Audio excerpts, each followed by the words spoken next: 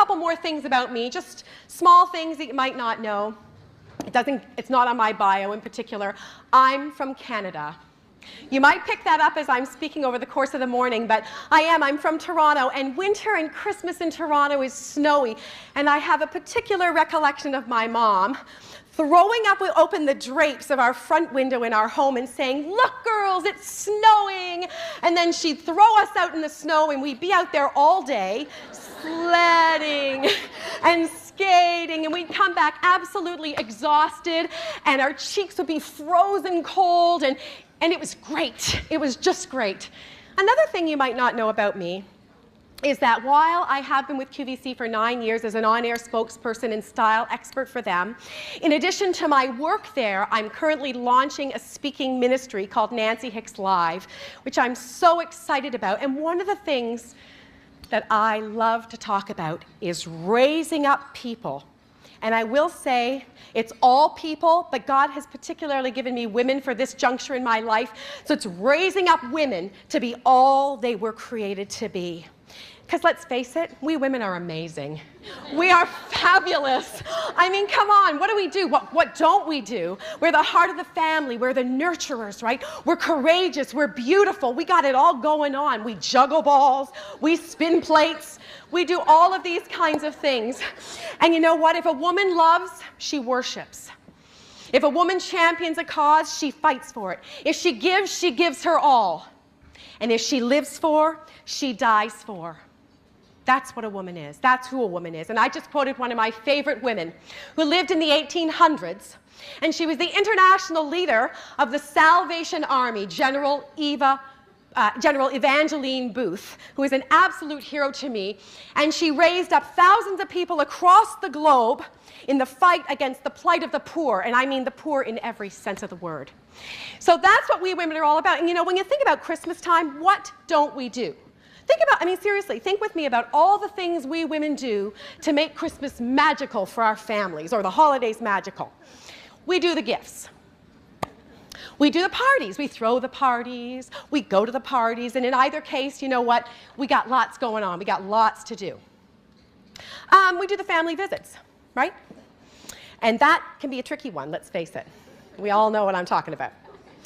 Honey, we were with your family those days last year. No, I think that was your family. No, they got that weekend. Well, I want them to have... Listen, if you're single, you don't have to go through this. That's a perk. That's a perk. And you know, for 15 years, my husband, who was on the piano playing for me, Cam, who's awesome, by the way. Give him a hand. I love that man. For 15 years, Cam and I trekked back to Toronto with our 2 kids. 15 years we did that, back to Toronto, and in the trunk of the car was all the gifts for the families. Both of our families are back there. All the gifts and all the stuff we'd packed, and the dog, which was not a lap dog, sitting on my lap. We did it all, you know. Back to Toronto we went. It always cracked me up whenever we'd go on a trip, but especially at Christmas, when the kids would be like, I'd get in the car finally, and all the work I'd done to make that happen, the kids would be like, Mom, why are you so stressed out? I'd be like, oh, I don't know why. I have no idea. But anyway, you know, then we started saying, a couple years ago, we were like, you know what? We're going to start having Christmas at our own home now. Our guys are off to college, and we thought, yeah, let's start to do some things at home. So then now we have family coming to us. And you know what that's like, women, right? We do the bulk of the work there too. So, you know, we get the house all ready, got the atmosphere set, change the bedding, get the food in. You know, there's a ton to do, right? And so I know one of the things I always struggle with a little bit is, you know, planning activities, because I want to have some things at the ready for people to do, but not too many, because you know what they're like. They're going to come with some of their own ideas, and then we women have to be flexible and nimble. And, you know, we do that pretty well. Pretty well. Let's see, what else do we do? Oh, I know. We decorate the house. We decorate the house and we do all the cooking. I mean, come on, let's think about that. How many bakers do we have? If you're a baker, clap your hands. I want to hear you. Yeah.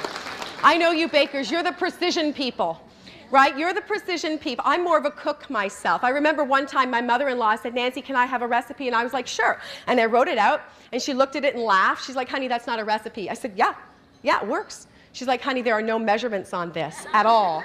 Because I'm more of a cook, you know. But I will tell you, When I first got married 25 years ago, 1990, I couldn't even boil water.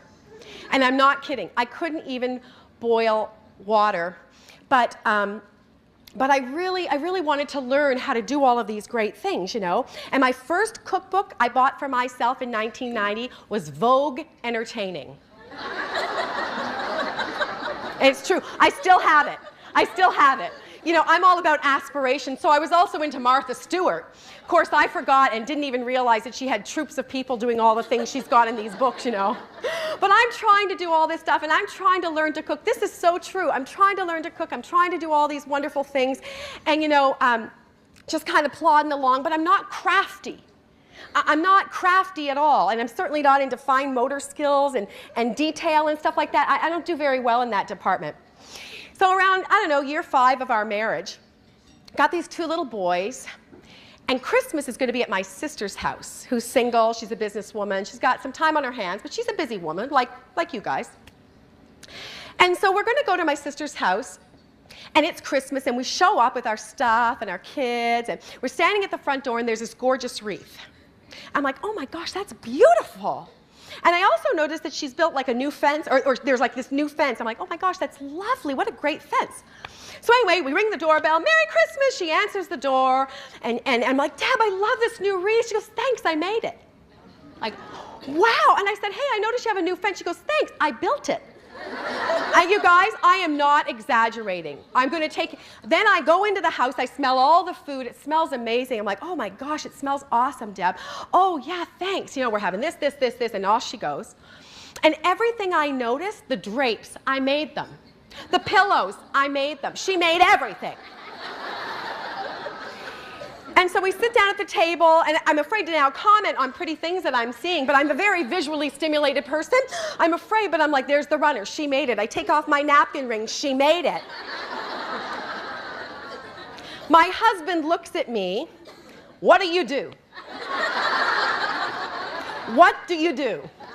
And I'm sitting there with a kid at my ankle and one in my lap going, I do nothing. I do nothing at all. That girl, my sister Deb, that girl had it all going on. But you know, we women, generally speaking, we got it all going on. I'm telling you, we pull it together. We got it going on. We got it all wrapped up. And we do it all in heels.